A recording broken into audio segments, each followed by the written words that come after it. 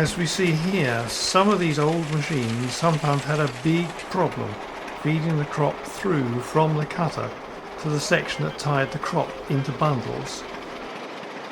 So they would have to back up and try again.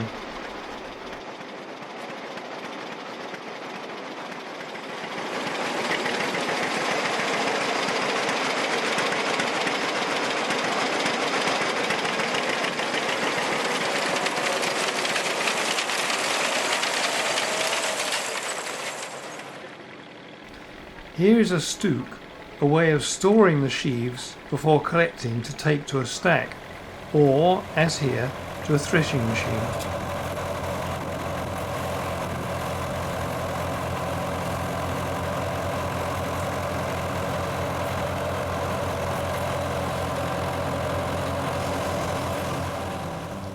Go to 1900s.org.uk to see stories about what life was really like for ordinary working families in the early 1900s.